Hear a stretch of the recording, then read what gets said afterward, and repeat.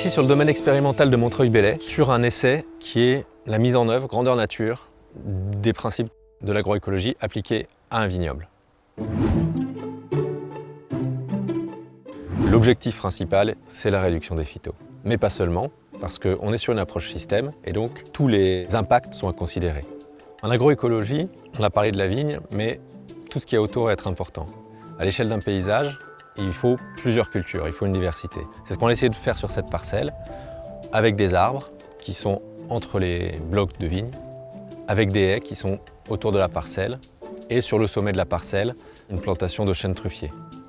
Ces éléments-là, ils ont vocation à être des réservoirs de biodiversité. Et ça va permettre, en cas d'opération dans la parcelle qui viendrait perturber la biodiversité présente au niveau de la vigne, une recolonisation rapide de la parcelle.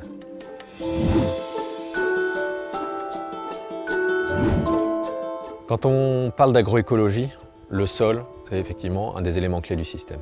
Nous, le choix qu'on a fait, c'est d'avoir une couverture totale du sol pour n'avoir à aucun moment un sol nu. On a réfléchi sur des couverts qui ont plusieurs fonctionnalités. La première fonctionnalité, c'est de couvrir le sol et sans trop concurrencer la vigne. Et ça, c'est particulièrement important sous le rang.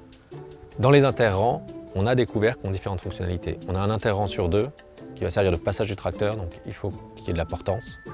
Dans cet interrang-là, on a également travaillé sur les aspects agronomiques, matière organique et structuration du sol. Dans l'autre interrang, auquel il y aura beaucoup moins de passage de tracteur, on est plutôt sur des couverts qui ont des fonctionnalités de biodiversité pour permettre à des auxiliaires de venir dans la parcelle. Par exemple, pour lutter contre l'oïdium, on peut utiliser des auxiliaires.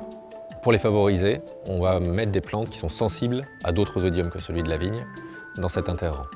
Mais ça ne suffit pas. Il va falloir mettre en œuvre d'autres leviers qui vont être complémentaires. Le système de taille qu'on a choisi, la taille en haie semi-minimale, doit permettre d'avoir une moindre sensibilité à l'oïdium.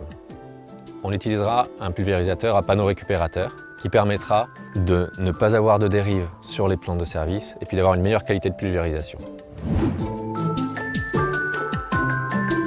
C'est une vigne qui sert d'exemple de ce qu'on peut faire quand on fait de la biodiversité pour les vignerons. Mais c'est aussi une vigne qui a été co-construite avec des vignerons. On s'est aussi inspiré de ce qu'ils font chez eux. À terme, l'objectif, c'est de montrer ce qu'on peut faire quand on veut appliquer les principes de l'agroécologie à la viticulture. Ça doit être une inspiration pour les viticulteurs, pour qu'ils prennent les idées qui les intéressent et qu'ils les mettent en place chez eux, à leur manière.